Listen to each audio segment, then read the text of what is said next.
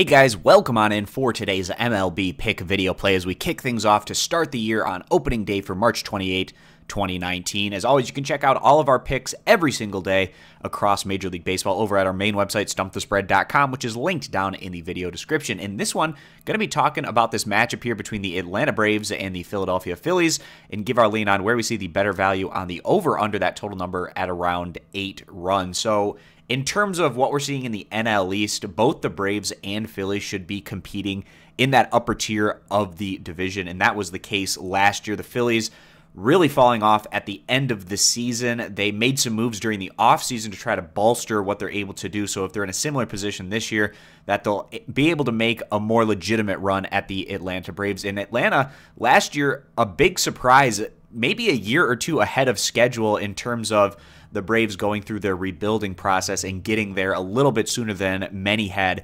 expected. Now, Atlanta, they didn't make a ton of moves in the offseason, but I don't think that's too big of a deal considering that the Braves are still loaded in their farm system. They're going to continue to bring guys along, so they don't necessarily need to go out and get those big free agent acquisitions. It doesn't make things necessarily as exciting for the Braves given the offseason acquisitions they made in comparison to the Phillies, but this is still going to be a very dangerous team over in that NL East. So coming into this one, Philly on their home field, given the fact that they made those acquisitions and they're going to be very hyped up for this one, and going against Julio Teheran, who's a guy that isn't the kind of ace that he used to be. We've seen his numbers tail off a bit. Now, he was able to have a bit of a resurgence down the stretch of last year, getting his ERA under 4 after it had been 4.49 the year prior, but also pitching in Philadelphia.